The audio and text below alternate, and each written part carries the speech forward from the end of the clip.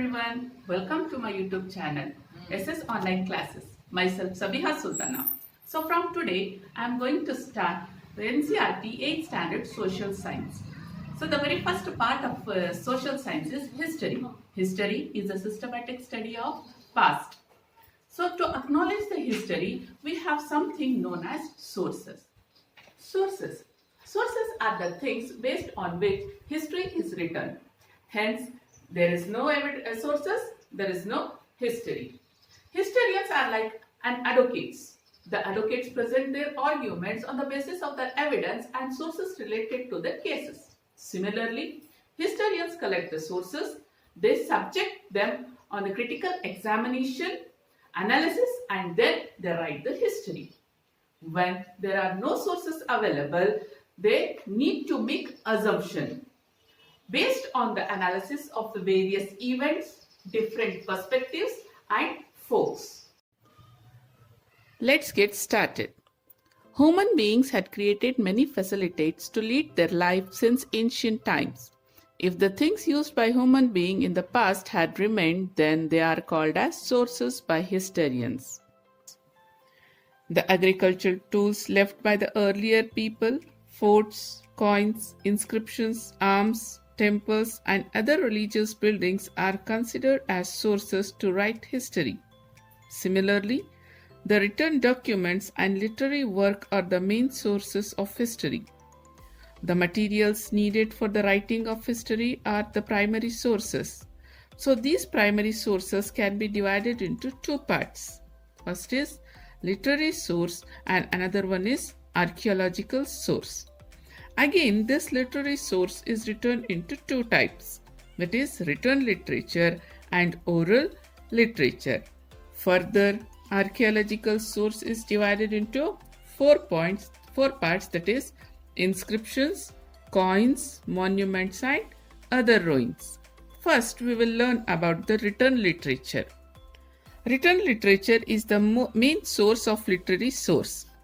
Literature can bring the contemporary social life of the times of the writer alive to us.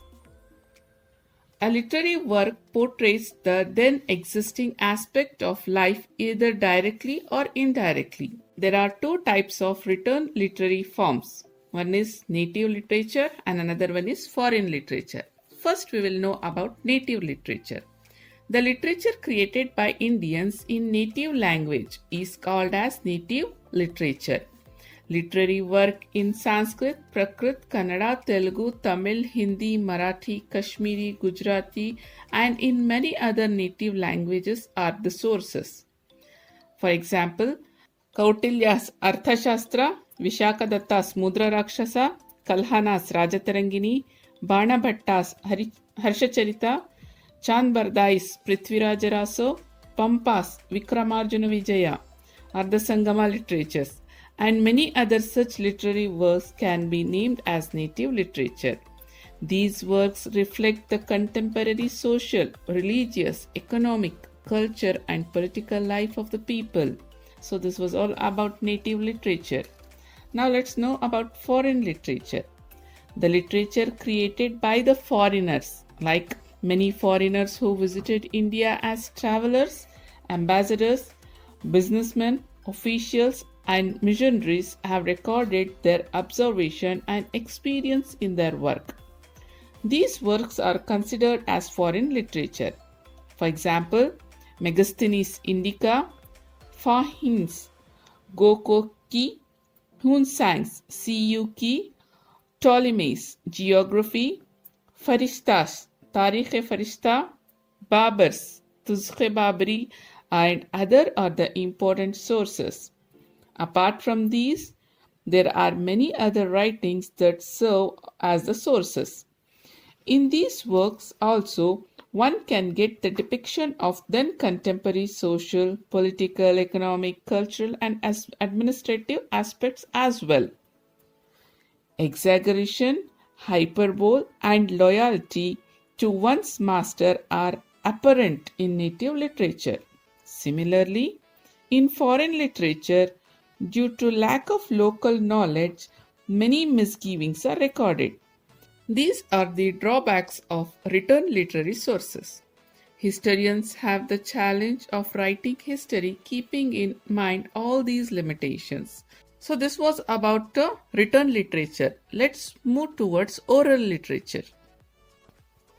Oral literature means the folk story, folk songs, folk legends, ballads, and other than pass on from one person to another by word of mouth. Since the beginning of human life, human beings are passing on their experiences in form of story, songs, and ballads orally from generation to generation. The folk people have created ballads about their local heroes.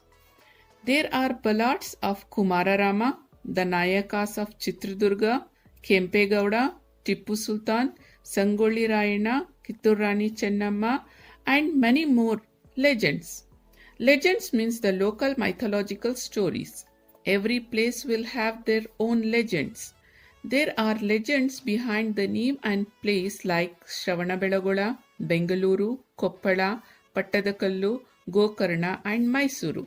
Similarly, every village and town have their own legends. So like this we can know about the oral literature. Now let's know about archaeological sources. As mentioned earlier, archaeological sources are divided into four types: inscriptions, coins, monuments, and other ruins. Archaeological sources are available not only on the surface of the earth, but also hidden deep in the depth of the earth. The hidden things in the earth are dug out by using scientific methods. This process is called as excavation. Harappan civilization came to light only due to the process of excavation. During excavation, ruins of buildings, inscriptions, coins, terracotta pieces, bangles, seals, bones, metals are found as archaeological sources. These are analyzed by applying various scientific methods to understand the life of people of those times. So, very first we learn about inscriptions. Epigraphy is the study of inscriptions. Inscriptions means engraved writing. Inscriptions are written on stone, rock, metal, ivory, terracotta, and other materials that last longer. Inscriptions are more reliable as these have a direct relationship with then events. Ashoka's inscriptions are the earliest inscription found in India. Most of his inscriptions are in Brahmi script. Their language is Prakrit. Thousands of inscriptions are found in Kannada, Telugu, Tamil, Sanskrit, Prakrit language. Samudragupta's Allahabad pillar inscription, Immadi Pulakeshi's Aihole inscription, Kharavella's Hattigumpa inscription, and other inscriptions portray the military achievements of then rulers. The Uttarmeru inscriptions narrated the rural administration of Chola king. Apart from this, many political, social, cultural, economic, educational, religious aspects are reflected in these inscriptions. Halmidi inscriptions are the first inscription written in Kannada language. So after the inscriptions, let's know about the coins. Numismatic is the study of coins. Though the coins are small in shape, they contain many important aspects. They are helpful in understanding the geographical extents of the ruler's kingdom who minted the coins. They also aid us in knowing the language of administration, titled that the kings possess their religions, economic conditions of the time, and metal technology in vogue of the particular kingdom. Samudragupta had minted 7 different types of gold coins. Based on the pictures of those coins, it is said that Samudragupta was a lover of music and he had conducted Ashwamedha Yaga too. Gautamiputra Shatakarni got the name of Nahapana erased on his coins and engraved his name on them. This supports the view that Gautamiputra had defeated Nahapana. The availability of Roman coins in Bengaluru proves the fact that this region had trade link with Romans 2000 years back. So with the help of the coins we can get much more information about the time. Now let's know about monuments. Monuments are the major sources to write history. Palaces, temples, forts and pillars are the monuments only. Mehraul's Iron Pillar and Vijayapura's Whispering Gol Gumbas are the evidence of the maturity of then science and technological knowledge. Shah Jahan's Taj Mahal tells the story of love. Chittor's Vijayastambha tells the victory of Ranakumbh.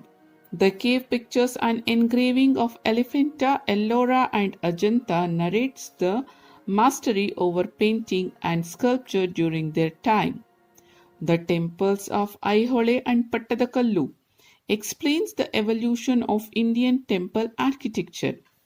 The monuments of Nalanda and the architecture of madrasa built by Gawan in Bidar narrate the importance given to education during those times. The fort of Srirangapatna explains the accomplishment in the area of defense technology. Thus, the monuments throw light on then contemporary religious aspect, technology, economic growth, scientific knowledge and creativity achieved. So after all these things, let's know about other ruins. Based on the various pieces of terracotta, bangles, beads, and seal procedure during the examination, one can understand the socio cultural, economic, political, and religious life of then people. So, here, terracotta. Terracotta is a red clay material which is burnt to make different articles, vessels, and roofing materials in ancient days. And even today, it is used in modern architecture. So, not only this, one can also understand the food habits and pattern of business of those times. By applying carbon 14 dating procedure on the biological ruins found in these sites, one can arrive at the accurate period of the ruins. Buddha stupas came to light during excavation at Sannati in Yadgiri district and Rajaghatta of Dodbalapur taluk. In the excavation conducted at Arikamedu and Pattanam in Tamil Nadu, a large number of evidence were found that speaks of commercial contact between South India and Romans. Like this, the remaining found at excavation tells many things that were lost over a period of time. This was all about the sources available to the historians to create history and which helps us to know about the people of that time. To learn more interesting things about social science, stay tuned and keep learning. Thanks for watching.